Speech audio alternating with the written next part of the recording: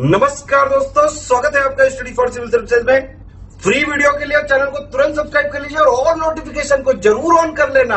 हमारा फ्री वाला टेलीग्राम ये वाला ग्रुप जरूर से जरूर ज्वाइन कर लीजिएगा। दोस्तों, हम हिस्ट्री का रिवीजन कर रहे थे और रिवीजन की सीरीज में इस समय हम बुद्धिज्म को देख रहे थे। बुद्धिज्म में हमने गौतम बुद्ध के जीवन के बारे में काफी कुछ देख लिया है और अब उनसे जुड़ी हुई चीजों के बारे में हम देख रहे थे, मतलब अलग अलग वस्तुओं के बारे में, चाहे वो आर्ट और कल्चर वाला पोर्शन हो या जो स्तूप और टेम्पल बने हुए थे, मतलब चैत्य और विहारों का निर्माण हुआ था, उनके बारे में हो।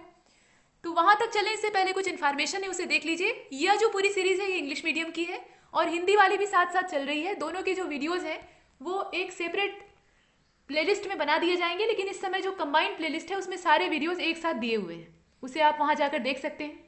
अगर आप हमारे पेड कोर्सेज ज्वाइन करना चाहते हैं तो ये 2 नंबर है, इस पर कांटेक्ट कर सकते हैं। यहाँ 2 मोबाइल नंबर आपको दिख रहे हैं। इसके अलावा ये फ्री वाला जो टेलीग्राम का ग्रुप है इसको जरूर ज्वाइन कर लीजिए, क्योंकि यहाँ पर महत्वपूर्ण इन्फॉर्मेशन आपसे लगातार शेयर की जाती है।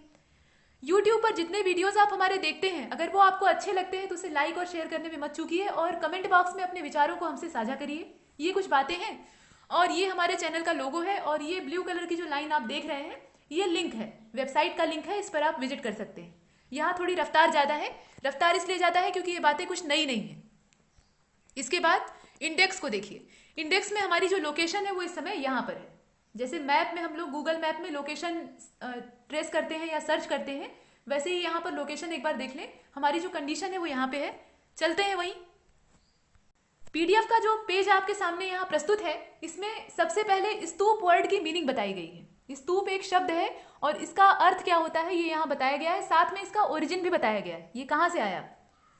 तो यह जो स्तूप वर्ड है ये ऋग्वेद से आया है। ऋग्वेद जो कि वेदों में सबसे पुराना है, उससे स्तूप को लिया गया है और इसकी मीनिंग होती है ट्री स्टेम, यानी वृक्ष का तना। कोई भी पेड़ जो होता है उसमें तना एक सबसे महत्वपूर्ण हिस्सा होता है, जो कि पूरे वृक्ष को एक बेस देता है, आधार देता है।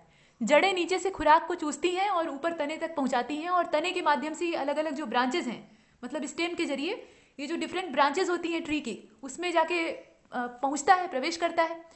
तो इस प्रकार से पूरे वृक्ष की संरचना होती है। यहाँ पर हमें पूरे पेड़ से नहीं मतलब है, सिर्फ उसके स्टेम से मतलब है। और आप जानते हैं कि जड़ें तो हमें दिखाई नहीं देती, जमीन के अंदर जो रूट्स होती हैं वो हमें नहीं दिखती हैं।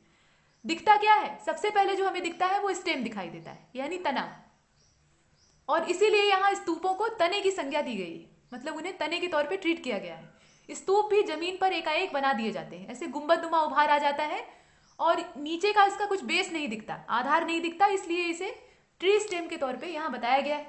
आगे आप और जानकारियां इसमें देख लीजिए। Rigveda refer to a stupa rise by king Varuna above the forest in a place having no foundation. King Varuna के द्वारा इसे राइज किया गया था, ये ऋग्वेद के अकॉर्डिंग बताया जा रहा है। और वहां पर वो जो क्षेत्र था वो कैसा था? फॉरेस्ट एरिया था और कोई फाउंडेशन वहां नहीं था, मतलब कोई नींव नहीं थी। Anything that is rise on ground like heap might have been known as stupa. कोई भी वस्तु जो कि एकाएक जमीन पर उभर आए, खड़ी हो जाए, बड़े पैमाने पर, बड़े आकार में, छोटा अगर रहेगा तो वो ढेर कहलाएगा, मतलब एक बड़ा ढेर कहलाएगा, लेकिन अगर बड़े साइज का है तो उसे हम स्तूप कहेंगे। ठीक है। भूगोल में आपने बालू का स्तूप के बारे में सुन रखा होगा, जो बालू का ढेर होता है। रेगिस्तान में ऐसी जो संरचनाएं हैं, जो स्ट्रक्चर है वो बनते हैं। खैर, वो ज्योग्राफी की बात है। यहाँ पर स्तूप का मतलब आप समझ लीजिए ढेर, बड़ा ढेर। इसके बाद स्तूप जो बोध गया वाला है, अलग अलग स्थानों पर उनकी जो लोकेशन है वो आप जानते हैं। तो बोध गया वाला जो स्तूप है वह किससे रिलेट करता है? तो उसका संबंध है बुद्ध के एनलाइटमेंट से। बुद्ध को ज्ञान की प्राप्ति बोध गया नामक स्थान पर ही हुई थी और बोधि वृक्ष के नीचे उन्हें सच्चा ज्ञान मिला था, ये आप जानते हैं। तो उसी के मेमोरियल के तौर पे ये स्तूप यहाँ डेवलप किया गया है। जबकि जो सांची का स्तूप है उसका संबंध किसी भी इंसिडेंट से नहीं है, मतलब कोई भी बुद्ध के जीवन की घटना हो, इवेंट हो, उससे ये रिलेट नहीं करता है। तो दोनों स्तूपों के बारे में आपने देखा, सांची और बोध गया वाला। बोध गया जहां बुद्ध के इनलाइटमेंट से जुड़ा हुआ है, वहीं सांची जो है वो किसी भी घटना से इन्वॉल्व नहीं है। इसके बाद कुछ और चीजें हैं। स्तूप जो इतने बड़े बनाए जाते हैं, इतनी बड़ी जो डिजाइन तैयार कर दी जाती है, इसको बनाने का कुछ ना कुछ पर्पज होता होगा। बिना उद्देश्य के इतना बड़ा जो स्ट्रक्चर है वो नहीं खड़ा किया जाएगा, ये आप जानते हैं। और आप ये भी जानते हैं कि स्तूपों में जो बुद्धिस्ट लोग होते हैं उनकी बड़ी आस्था होती है, वो इसकी पूजा करते हैं। तो ऐसा वो क्यों करते हैं? वो इसलिए करते हैं क्योंकि यहाँ पर बुद्ध के शरीर के अवशेषों को दफनाया गया है। दफनाया नहीं गया है बल्कि सुरक्षित रखा गया है। कलश में या किसी पॉट में उसे भरकर वहां पे स्टोर किया गया है स्तूप के अंदर। और सिर्फ बुद्ध ही नहीं बल्कि उनके जो चीफ फॉलोअर्स थे यानी मुख्य चेले थे, उनके भी शरीर के अवशेषों को, जो उनके रिमेनिंग पार्ट्स थे बॉडी के, उनका अंतिम संस्कार करने के बाद जो भी कुछ रिमेनिंग बच जाता है वो सब यहाँ पे स्टोर करके रखा जाता है। अलग अलग स्तूपों में ये चीजें रखी जाती हैं और यही कारण है कि ये बुद्धिस्टों के लिए आस्था का केंद्र बन जाते हैं। यह जो स्तूप है ये 4 प्रकार के होते हैं। इनकी जो वेराइटी है उसमें अगर आप देखिएगा तो ये 4 वेराइटी के होते हैं। 4 वेराइटी कौन कौन सी है तो जान लीजिए। शरीरक है पहला। शरीरक का मतलब क्या, यहाँ शरीर, शरीर मतलब बॉडी, तो ये बॉडी से रिलेटेड स्तूप है। इसके बाद जो अगला है वो परिभौगिक स्तूप है, ये सेकेंड वाला है। थर्ड वाला जो है वो उद्देशिका स्तूप है, जिसे कि आप ऑब्जेक्टिव भी कहते हैं। और लास्ट वाला जो है वो पूजार्थक स्तूप है, जिसे कि आप वर्शिपिंग स्तूप के तौर पे भी देखते हैं। ये 4 वैरायटी के स्तूप होते हैं। ये शैलियां हैं, स्टाइल है, इस पर डिजाइन किए गए स्तूप हमें दिखाई देते हैं। ये कुछ बातें स्तूपों के बारे में हुई। अब गौतम बुद्ध की ओर वापस लौट चलते हैं। तो यहां ये कहा गया है कि गौतम बुद्ध को लाइट ऑफ एशिया के नाम से भी जाना जाता है। ऐसा क्यों कहा जाता है? एशिया एक कॉन्टिनेंट है, ये आप जानते हैं, और एशिया कॉन्टिनेंट में ही बुद्ध का जन्म हुआ था, कपिलवस्तु नामक स्थान पे, जो कि वर्तमान में नेपाल में है। और बौद्ध धर्म का प्रचार प्रसार इन्होंने एशिया वाले क्षेत्र में ही किया, खुद किया और करवाया, मतलब इनके जो फॉलोअर्स थे उन्होंने भी करवाया। इस प्रकार से बौद्ध धर्म बहुत तेजी से यहाँ पर फैलता है, उसका प्रसार होता है। और इस बौद्ध धर्म के माध्यम से या बुद्ध के जो उनकी जो टीचिंग्स थी, उनके जो थॉट्स थे, उनके माध्यम से इनलाइटमेंट चारों ओर फैलता है, ऐसा बुद्धिस्टों का मानना है। मतलब जो बौद्ध मतावलंबी हैं यानी बुद्धिस्ट लोग हैं, वो ऐसा मानते हैं कि इनलाइटमेंट का प्रचार प्रसार पूरे एशिया में बुद्ध के जरिए हुआ। और यही इनलाइटमेंट इन्हें लाइट बनाती है, किसका? एशिया का। यानी ये एशिया के द्वीप है, माफ कीजिएगा, एशिया के दीप है या एशिया के प्रकाश है। एशिया को उजाला दिखाने वाले ये हैं। और गौतम बुद्ध के जीवन पर एक पुस्तक लिखी गई है जिसका नाम है लाइट ऑफ एशिया। वो इन्हीं के नाम पर लिखी गई है, मतलब बुद्ध को ही कहा जाता है लाइट ऑफ एशिया, और उन्हीं के नाम पे ये किताब लिखी गई है। और यह पूरी तरह से बुद्ध के जीवन को वर्णित करती है, उसका पूरा डिटेल में एक्सप्लेनेशन देती है। इसको लिखने वाले जो व्यक्ति हैं वो एडविन आर्नाल्ड है। इसमें बुद्ध के जन्म से लेकर वो कैसे विरक्त होते हैं और उससे पहले उनका जीवन कैसा रहता है और बाद में वो कैसे हो जाते हैं, ये सब वहाँ पर दिया हुआ है। उसमें शुरुआत में आप देखेंगे कि राजा शुद्धोधन जो है, उनके यहाँ बुद्ध का जन्म होता है। मतलब उनकी माता जो है महामाया, वो इन्हें जन्म देती है एक आम के बगीचे में, और उसके 7 दिनों बाद उनकी मृत्यु हो जाती है। पूरा डिटेल में वहाँ पर है। और 7 दिनों बाद जब मृत्यु हो जाती है तो इस अबोध बच्चे का पालन पोषण इनकी मौसी जो आंटी हैं वो करती हैं, प्रजापति गौतमी। और बाद में ये जब बड़े होते हैं तो इनके साथ अलग अलग समस्याएं खड़ी होने लगती हैं। मतलब ये सांसारिक मोह माया में पड़ना ही नहीं चाहते हैं। हालांकि ये क्षत्रिय राजकुमार रहते हैं तो कायदे से तो इन्हें शस्त्र विद्या सीखनी चाहिए थी, मतलब हथियार चलाना सीखना चाहिए था और राजनीति में कुशल होना चाहिए था न। लेकिन ये क्या करते हैं, ये पॉलिटिक्स भी नहीं सीखते और जो वेपन्स को हैंडल करने का आर्ट होता है वो भी नहीं सीखते हैं।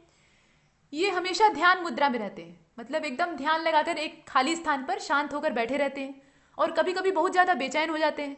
तो इसको देखकर शुद्धोधन को चिंता होती है कि हमारा बेटा जो है वो कहीं पागल तो नहीं है, और इकलौते ये रहते हैं, इसके अलावा राजा के पास कोई और ऑप्शन नहीं रहता है। तो बाद में ऐसा होता है कि शुद्धोधन को कुछ ड्रीम्स दिखाई देने लगते हैं। ड्रीम एक ही रहता है, उसमें 7 प्रकार के सीन रहते हैं, और ये 7 दृश्य जो है ये शुद्धोधन को विचलित कर देते हैं, मतलब एकदम डिस्टर्ब कर देते हैं। इन 7 दृश्यों में जो 7 सीन शुद्धोधन देखते हैं, इसमें बुद्ध को वो उसके साथ जुड़ा हुआ देखते हैं, मतलब सिद्धार्थ उसमें कहीं ना कहीं मौजूद रहते हैं, और यही मुख्य रूप से शुद्धोधन की चिंता का विषय रहता है।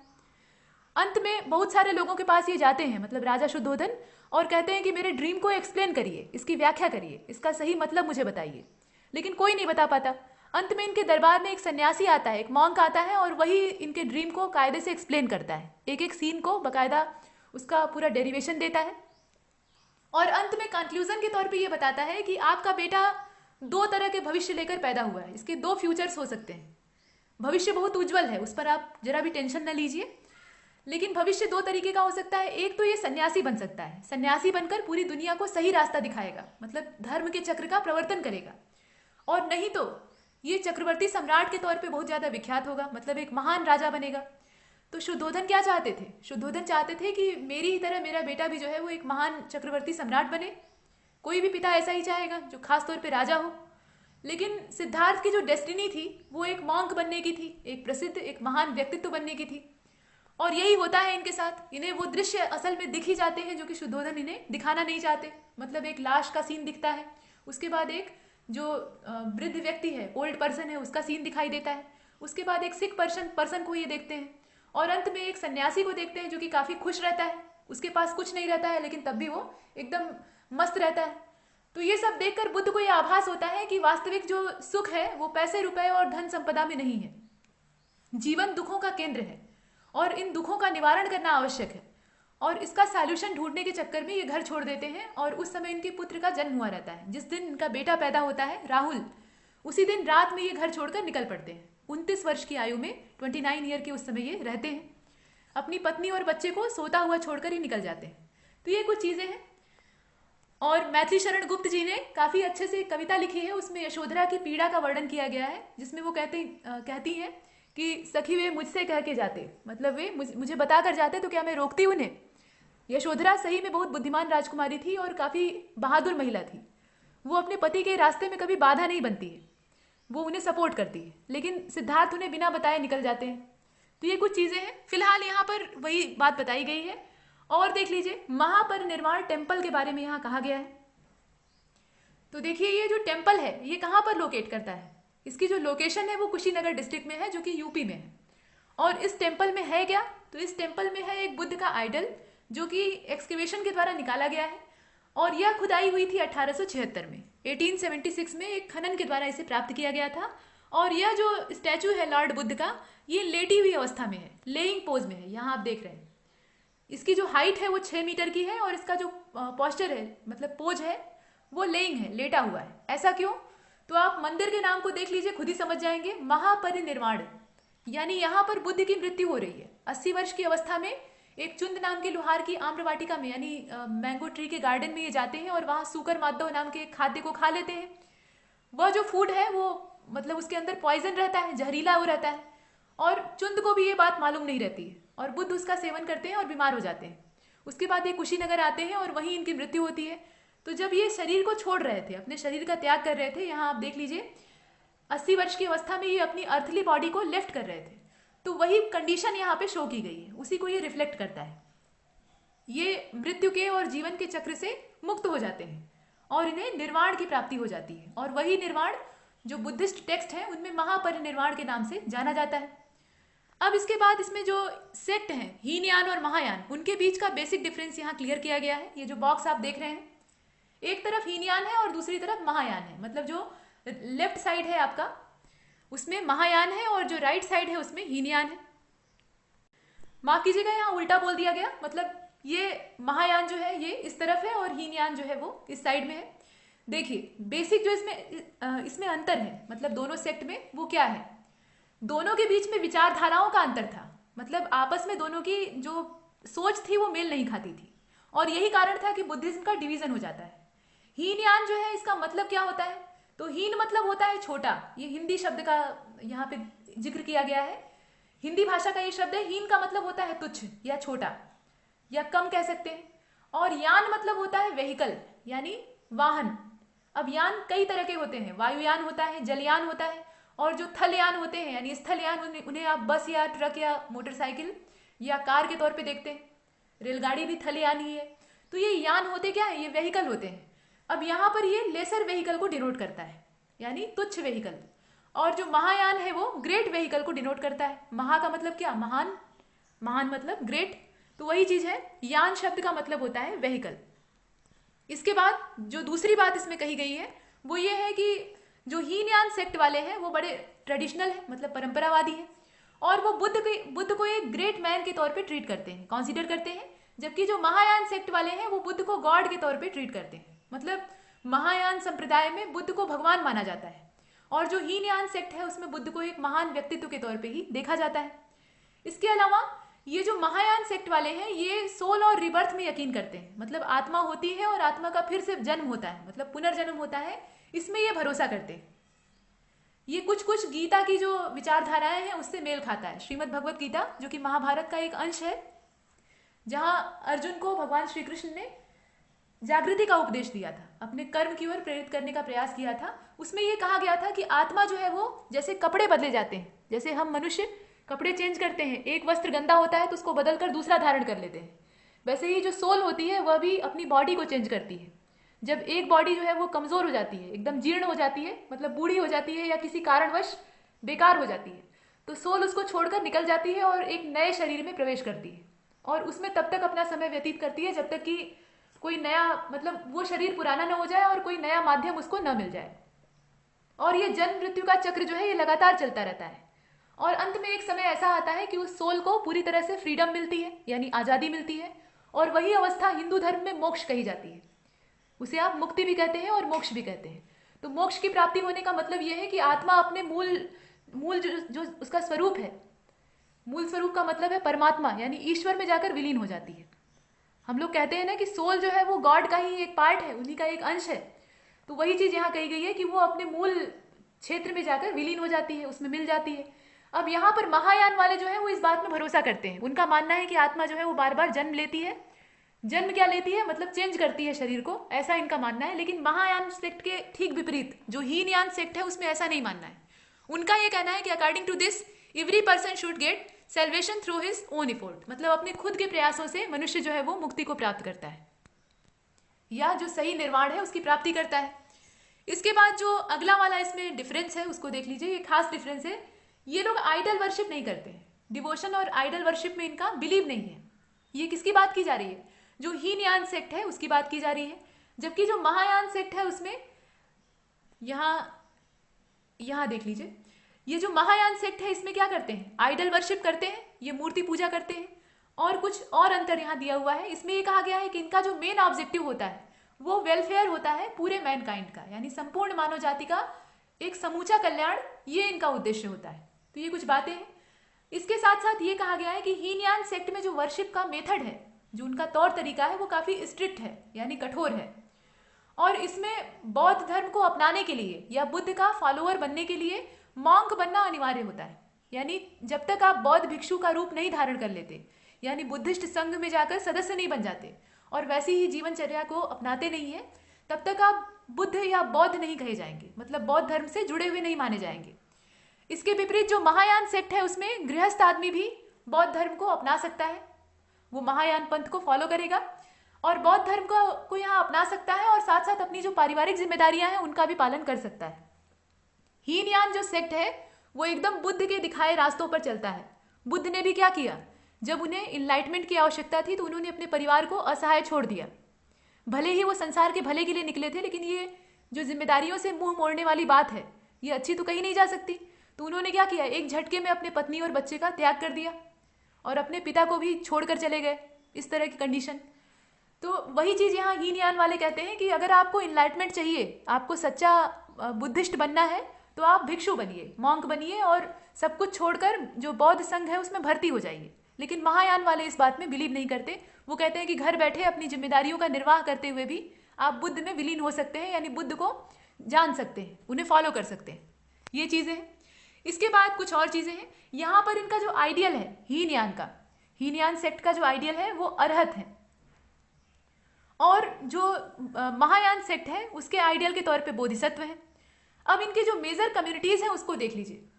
यहाँ आप देख लीजिए, इनकी जो मेजर कम्युनिटीज़ हैं उसमें वैभाषिक है और सौतांत्रिक है। ये दो इनकी मेजर कम्युनिटीज़ हैं, और भी बहुत सारी हैं, सिर्फ इतनी ही नहीं है, लेकिन ये मुख्य हैं, वैभाषिक और सौतांत्रिक।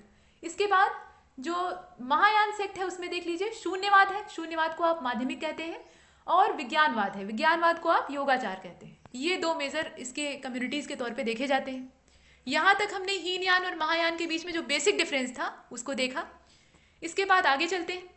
यहाँ पर ये जो बॉक्स बना हुआ है इसमें एक तरफ टेक्स्ट लिखा हुआ है लेफ्ट वाले में, और राइट वाले में ऑथर्स का नाम लिखा हुआ है। तो टेक्स्ट यानी जो किताबें हैं उसको उसके ऑथर के नाम के आगे जोड़कर देखना है। ये सब जो टेक्स्ट आपको दिख रहे हैं ये बौद्ध टेक्स्ट हैं, यानी बुद्धिस्ट टेक्स्ट हैं। देख लीजिए एक एक करके। मिलिंद पन्हो है, इसके अलावा ये कई सारे हैं, बुद्ध चरित है, इसके अलावा सौंदरानंद है और सारीपुत्र प्रकरण है। ये 3 टेक्स्ट है। इसके बाद नीचे आप देखेंगे तो माध्यमी काकरिका है, ये ग्रंथ का नाम है। वैसे ही और नीचे जाएंगे तो विशुद्धि मार्ग है और अभिधम्म कोश है। तो इसमें जो मिलिंद पन्हो है ये नागसेन नाम के एक बौद्ध भिक्षु यानी बुद्धिस्ट मॉन्क के द्वारा लिखा गया है, और इसमें है क्या, तो मिलिंद पन्हो में राजा मिनांडर जो कि यूनानी किंग था उसके और एक बौद्ध भिक्षु हैं, बुद्धिस्ट मॉन्क है नागसेन, उनके बीच में जो वार्तालाप हुआ था, जो आपस में कम्युनिकेशन हुआ था, उसका पूरा डिटेल में यहाँ पे वर्णन किया गया है। इसके बाद बुद्ध चरित है, सौंदरानंद है और सारीपुत्र प्रकरण है। इसको लिखने वाले जो ऑथर हैं वो अश्वघोष है। इसके बाद माध्यमिक कारिका है, इसे माध्यमिक कारिका भी कहा जाता है। तो यह जो टेक्स्ट है इसको लिखने वाले नागार्जुन है। यहाँ दोनों का नाम मिलता जुलता है, तो यहाँ अंतर समझिएगा, नागसेन और नागार्जुन दोनों दो लोग हैं। नागसेन ने मिलिंद पन्हो को लिखा है और नागार्जुन ने माध्यमिक कारिका को या माध्यमिक कारिका को लिखा है। इसके बाद जो नेक्स्ट है वो है विशुद्धि मार्ग। विशुद्धि मार्ग को लिखने वाले बुद्ध घोष हैं और अभिधम्म कोश को लिखने वाले वसुबंधु हैं। तो किताबों का नाम और उनके जो ऑथर्स हैं उनका नाम याद रखिएगा। इसके अलावा सिर्फ इतने ही नहीं है, बहुत सारे टेक्स्ट हैं, कुछ का जिक्र आपने पिछले वीडियो लेक्चर में देखा है। और यहाँ पर कुछ ग्रंथों के नाम और देख लीजिए, जैसे महायान सेक्ट को बिलोंग करने वाले जो टेक्स्ट हैं, बुद्धिस्ट टेक्स्ट है, उसमें 4 का नाम मुख्य रूप से लिया जाता है। पहला वाला तो ललित विस्तार है। ये सब महायान से संबंधित टेक्स्ट हैं, इनको याद रखिएगा।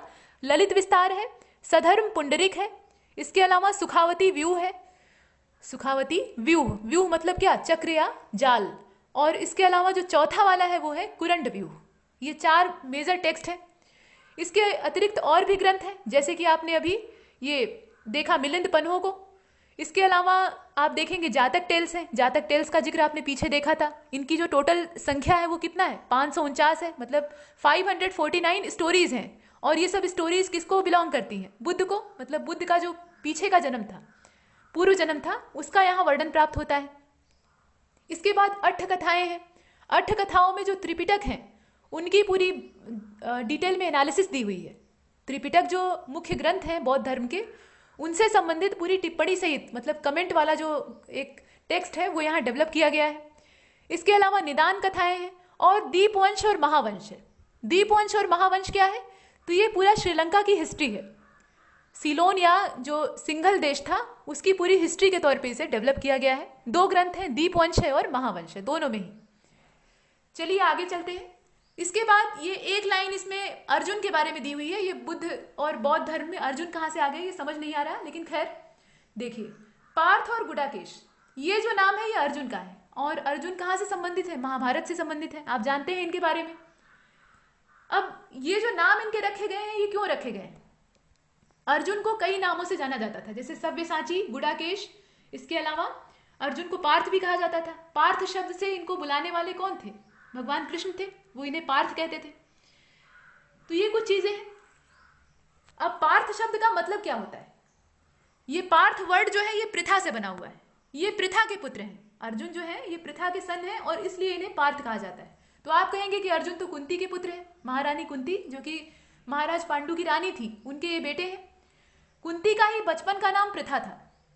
जब वो अपने पिता के घर थी, इनका पालन पोषण 2 फेज में हुआ है कुंती का। शुरुआती जो इनका एकदम बाल्यकाल था वो इनके पिता के यहाँ, मतलब इनके मूल जनक के यहाँ बीता, और बाद में इन्हें दूसरे व्यक्ति जो है वो अपने पास रख लेते हैं, यानी गोद ले लेते हैं। 2 मित्र रहते हैं, एक तो कुंती भोज और दूसरे जो है शूरसेन। दोनों के बीच में गहरी मित्रता रहती है। शूरसेन का जो शासन काल है, शासन क्षेत्र है, वो मथुरा वाला पोर्शन है, और जो कुंती भोज है वो भोजपुर के राजा रहते हैं। अब दोनों के बीच में एक जैसे संधि होती है, उस टाइप का समझौता हो जाता है। और समझौता किस चीज का होता है, लेन देन का। असल में कुंती भोज की कोई संतान नहीं रहती है, कोई पुत्र या पुत्री नहीं रहते हैं, तो वो हमेशा दुखी रहते हैं, उन्हें हमेशा दुख सताता रहता है। तो ऐसे में शूरसेन उन्हें वचन देते हैं कि मेरे जो भी बेटा या बेटी उत्पन्न होगा, पहली संतान, वो मैं तुम्हें दे दूंगा हमेशा के लिए। और होता भी वही है। कुंती जब पैदा होती है, ये पहली संतान शूरसेन की रहती है, तो ये कुंती को अपने मित्र को दे देते हैं, अर्थात कुंती भोज को दे देते हैं। और कुंती भोज के साथ कुंती जो है वो हमेशा के लिए मथुरा छोड़कर भोजपुर आ जाती है। और यहाँ पर आकर उनका जो बचपन का नाम पृथा था उसे चेंज करके कुंती रख दिया जाता है। कुंती भोज के नाम पे कुंती इनका नामकरण कर दिया जाता है, तो इसी नाम से ये विख्यात होती है। तो इसलिए पार्थ ये जो शब्द है ये पृथा से लिया गया है और ये अर्जुन के लिए संबोधित किया जाता है। गुडाकेश जो है इसका मतलब होता है काले केशों वाला, काले और घुघराले बालों वाला। घुघराले बाल थे अर्जुन के। अर्जुन का जो रंग था वो सांवला था और इन्हें इंद्र का बेटा कहा जाता है, ये आप जानते हैं। ये कुछ चीजें हैं। अब इसके बाद जो 4th बुद्धिस्ट काउंसिल है इसके बारे में देख लीजिए। इसमें हम जानते हैं कि जो बुद्धिज्म था वो 2 सेक्ट में डिवाइड हो जाता है, वही चीज यहाँ रिपीट की गई है। कुंडलवन कश्मीर में कनिष्क के रीजन में ये जो 4th बुद्धिस्ट काउंसिल है इसका आयोजन होता है और इसमें बुद्धिज्म के 2 पार्ट बंटते हैं, हीनयान और महायान। हालांकि मतभेद पहले से ही रहता है, जो विचारधाराओं का मतभेद होता है वो पहले से ही चलता है, लेकिन यहाँ जाकर वो और गहरा हो जाता है। और वसुमित्र और अश्वघोष यहाँ पे जो अध्यक्षता है वो करते हैं। इसके अलावा ये जो महायान वाले हैं ये उदारवादी हैं और नए विचारों को समाहित करते हैं अपने अंदर, तो ये आइडल वर्शिप करते हैं, ये आइडल वर्शिप करते हैं और बुद्ध को एक भगवान के तौर पे देखते हैं। इसके विपरीत जो महायान है वो बुद्ध को, माफ कीजिएगा, जो हीनयान है वो बुद्ध को एक महान पुरुष के तौर पे ही देखते हैं। इसके बाद कुछ और चीजें हैं। यहाँ पर जो आर्ट स्टाइल है, गांधार आर्ट शैली है या आर्ट स्टाइल है, उसके बारे में कहा गया है। तो ये कुषाण वंशीय शासकों के समय में डेवलप होती है, फ्लोरिश होती है, खास तौर पे कनिष्क के समय में। यहाँ देख लीजिए, in India the Gandhara art flourish during the Kushan rule. Kushan वंशीय शासकों के समय में ये फ्लोरिश होती है। Particularly Kanishka the greatest of Kushan was great patron of art and architecture. Kushan वंशीय शासकों में सबसे ज्यादा जो प्रमुख शासक है वो कनिष्क है, ये हम जानते हैं।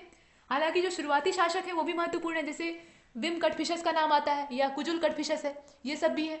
लेकिन ज्यादा महत्व किसको प्राप्त है? कनिष्क को प्राप्त है। तो कनिष्क जो था वो आर्ट और आर्किटेक्चर दोनों का ग्रेट पैट्रॉन था और कनिष्क के द्वारा इसका काफी बड़े पैमाने पर विकास किया जाता है। मतलब गांधार कला शैली का वहां से एक तरह से पूरा उदय होता है।